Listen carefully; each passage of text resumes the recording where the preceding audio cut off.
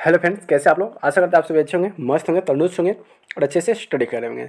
तो फ्रेंड्स, हमारे channel SST mastermind में आप सभी का स्वागत है। आपको पता है कि हमारे चैनल एसएसटी मास्टरमाइंड में एसएसटी के जितने भी टॉपिक होते हैं, क्लास 6 से लेकर 12 तक का जितने भी एसएसटी का एनसीईआरटी होते हैं सभी कराते हैं। क्या क्लास 6 से लेकर 12 तक का हो, जिसमें क्या क्या सब्जेक्ट आता है? हिस्ट्री होगा, पॉलिटिकल होगा, सिविक्स होगा, इकोनॉमिक्स होगा, उसके बाद आपको ज्योग्राफी होगा। ये सभी टॉपिक जो होते हैं आपको हम कवर कराएंगे टॉपिक बाय टॉपिक, और आपको रोज़ सीरीज में मिलेगा और साथ में आपको अनुच्छेद भी यहाँ पे आपको कराया जाता है।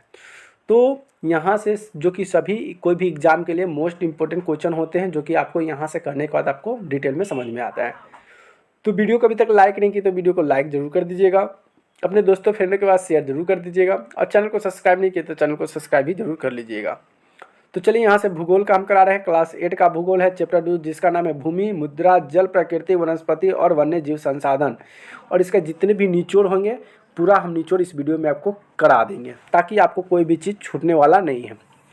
पहले हम बात कर लेते हैं क्या कहता है। ये भूमि की बात करता है। तो अध्याय प्राकृतिक संसाधन, भूमि, मृदा, जल और अन्य महत्व के बारे में संरक्षण को तकनीक को समझाता है। ये सभी चीज़ के बारे में हम जानेंगे। पहला हम बात कर लेते हैं भूमि के बारे में। भूमि संसाधन, जिसको हम क्या बोलते हैं? लैंड रिसोर्स बोलते हैं। भूमि का उपयोग किस किस के लिए होता है? भूमि का उपयोग खेती करने के लिए होता है, और क्या करने के लिए होता है? उसके बाद चरागाह यानी कि पास्टूज होता है, यानी कि चरागाह के लिए होता है। बस्ती यानी कि घर बनाने के लिए होता है। वाणिज्य उद्योग यानी कि कॉमेरिकल यूज यानी कि कारखाना होता है। क्या होता है? कारखाना हो गया। उसके बाद आप ले लेते हैं फैक्ट्री हो गया। ये सभी चीज़ के लिए भूमि का उपयोग किया जाता है। वनों और गैर कृषि उपयोग के लिए होता है, मतलब खेती बाड़ी करने के लिए होता है, पेड़ पौधे लगाने के लिए होता है, वृक्ष लगाने के लिए होता है। तो ये सब चीज़ का प्रयोग वनों के लिए किया जाता है। ठीक, अगला बात करते हैं भूमि का वर्गीकरण। भूमि का वर्गीकरण कैसे हुआ है? तो कृषि भूमि, कृषि योग्य भूमि जिसको अरेबोला लैंड कहते हैं। स्थानीय फसल क्षेत्र जो होता है जिसे परमानेंट क्रॉप लैंड कहते हैं। वन क्षेत्र जिसको फॉरेस्ट लैंड कहा जाता है। बंजर भूमि जिसको वेस्ट लैंड कहा जाता है। और भूमि संरक्षण का था लैंड डिग्रेडेशन होता है। तो ये सब क्या, भूमि को अलग अलग क्षेत्र में बांटा गया है कि ये क्षेत्र भूमि का पेड़ पौधे वाले हो गए, ये आपका भूमि का क्षेत्र हो गया फसल करने वाला था। सभी अलग अलग उसको बांटा गया है। ठीक है, अगली बात करते हैं इसका कारण क्या है।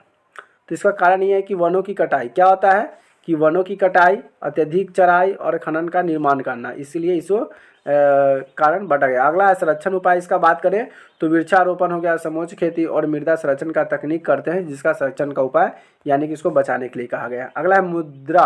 क्या है? मुद्रा संसाधन, जिसको सोइल इरोक्शन कहते हैं यानी रिसोर्स कहते हैं। रिसोर्स का मतलब होता है संसाधन, और सोइल का मतलब होता है मुद्रा, जिसको हम लोग मिट्टी भी कहते हैं। इसको मुद्रा है, इसको हम लोग क्या कह सकते हैं? मिट्टी भी बोलते हैं। क्या बोलते हैं? मिट्टी। जैसे कि मृदा का महत्व होता है फसल वनस्पति उपज के लिए आवश्यक होता है। और मृदा का प्रकार यानी कि मिट्टी का प्रकार, काली मिट्टी होती है, लाल मिट्टी होती है, और यहाँ पे अलविदा यानी कि लौन मिट्टी होगा। हाँ, जो नदियों के मैदान में पाया जाता है। काली मिट्टी कपास के लिए उपयोग होता है। आपको यहाँ से टॉपिक जो होता है कि यहाँ पे पूछेगा कि कपास की खेती के लिए कौन सी मिट्टी प्रयुक्त होता है? कौन सी मिट्टी होगा? तो काली मिट्टी होगा, याद रहेगा। उसके बाद खनिज तत्व के लिए कौन सा? लाल ग्रीन मिट्टी होता है। लाल मिट्टी यानी कि मिट्टी होती है। ठीक है, लेटेराइट मिट्टी कहाँ पाई जाती है? तो वर्षा वाले क्षेत्र में लेटेराइट मिट्टी पाई जाती है। शुष्क क्षेत्र में रेतीली मिट्टी पाई जाती है। ठीक है, लाल कलर का होगा और मिट्टी की तरह होगा, अथी बालू की तरह होगा। ठीक है, अब बात करते हैं सोयल इरोशन क्या कहता है? मृदा संरक्षण की कारण वनों की कटाई, अति चराई और जल नियंत्रण के लिए होता है। समूचे खेती, नहर और नवीकरणीय, ये सभी क्या होता है? मृदा का संरक्षण कहलाता है। उसके बाद जल संसाधन, वाटर रिसोर्स होता है। क्या होता है वाटर रिसोर्स में? तो वाटर रिसोर्स क्या कहता है? पृथ्वी का 71% भाग जल से ढका है। देखिए क्या है, पृथ्वी का जो भाग जो होता है ना, पृथ्वी का 100% में 80% जगह पे क्या है? पानी है। और जब आकाश से देखने पर ना ये नीला नीला दिखाई देता है। तो नीला दिखाने का मतलब क्या है कि सभी जगह पर 71% जगह पर क्या है? पानी है। पानी क्या है? 71% पानी है। नीला, इसे नीला ग्रह कहा जाता है। पृथ्वी को कौन सी ग्रह कहा जाता है? नीला ग्रह भी कहा जाता है। इसका स्रोत, ये जल का स्रोत कहाँ कहाँ से है? जल कहाँ कहाँ से आता है? इसका स्रोत क्या है? तो जल का स्रोत अगर बात करें तो सतही जल, जैसे सरफेस वाटर, जैसे कि झील नदी होता है। भूमिगत जल हो गया, ग्राउंड वाटर, जैसे कि कुआं हो गया। क्या हो गया? कुआं हो गया। ठीक है, ये ग्राउंड वाटर हो गया जो भूमि के नीचे से आता है। अगली बात करते हैं समस्या की बात करते हैं। समस्या क्या होता है? समस्या होता है जल प्रदूषण, जल की कमी, संरक्षण का उपाय। वर्षा जल का संरक्षण करना यानी कि उसको बचाना, जल की पुनः उपयोग करना, सिंचाई में सुधार करना। अगली टॉपिक बात करते हैं प्राकृतिक वनस्पति, नेचुरल वेजिटेशन। क्या होता है नेचुरल वेजिटेशन? क्या कहता है? प्राकृतिक वनस्पति की प्राकृतिक वनस्पति का वर्गीकरण किया गया है। इसको भी अलग अलग भाग में बांट दिया गया है। पहला है उष्ण कटिबंधीय वर्षा वन, उष्ण कटिबंधीय पर्णपाती वन, कटिबंधीय और शुष्क वन और समशीतोष्ण कटिबंध। इसको 4 भागों में बांटा गया है। कितने भाग में बांटा गया है? इसको 4 भागों में बांट दिया गया है, ताकि आपको यहाँ से आपको दिखाई दे रहा है। ठीक है। अच्छा, एक और है पर्णपाती वन, यानी कि 5 भाग में हो गया है। ठीक। अगला बात करते हैं वनों का महत्व। वन का महत्व क्यों है? क्या क्या वनों की महत्व होती है? तो ऑक्सीजन। देखिए, वन से क्या होता है? वन का मतलब क्या होता है? पेड़ पौधा। क्या होता है? पेड़ पौधा को ही वन कहते हैं। ठीक है। तो सबसे पहला आता है ऑक्सीजन का स्रोत होता है, परिस्थिति का संतुलन करता है और औद्योगिक कच्चा माल का हमें निर्माण करता है। अब इसे खतरा होती है। क्या क्या खतरा होती है? खतरे की बात करें तो वनों की कटाई से खतरा होता है, जलवायु में परिवर्तन होता है। ठीक। अगला बात करते हैं संरक्षण। संरक्षण क्या होता है? वन क्षेत्र को बढ़ाना, समाज विभिन्न आयोग करना, राष्ट्रीय उद्यान और अभयारण्य करना। ठीक, ये संरक्षण होता है। अगली हम बात करते हैं वन्य जीवन संसाधन, यानी कि विल्ड लाइफ रिसोर्स। क्या है विल्ड लाइफ रिसोर्स में? वन्य जीवन। क्या है? वन्य जीवन पशु पक्षी और कीट होता है। इसका महत्व की बात करें तो पारिस्थितिक संतुलन बनाए रखना इसका मेन महत्व होता है। इसे खतरा भी होता है। क्या होता है खतरा में? इसका शिकार करना, आवास की निवास करना और जलवायु परिवर्तन होना, इससे वन जीवन के संसाधन में खतरे भी होते हैं। संरक्षण का प्रयास भी करना चाहिए। क्या क्या प्रयास होता है? तो जैसे कि यहाँ पे है राष्ट्रीय उद्यान हो गया, जीवमंडल परिवर्तन हो गया और वन्य जीवन संरक्षण का अधिनियम, ये सभी क्या होता है? संरक्षण का प्रयास किया जाता है। क्या है?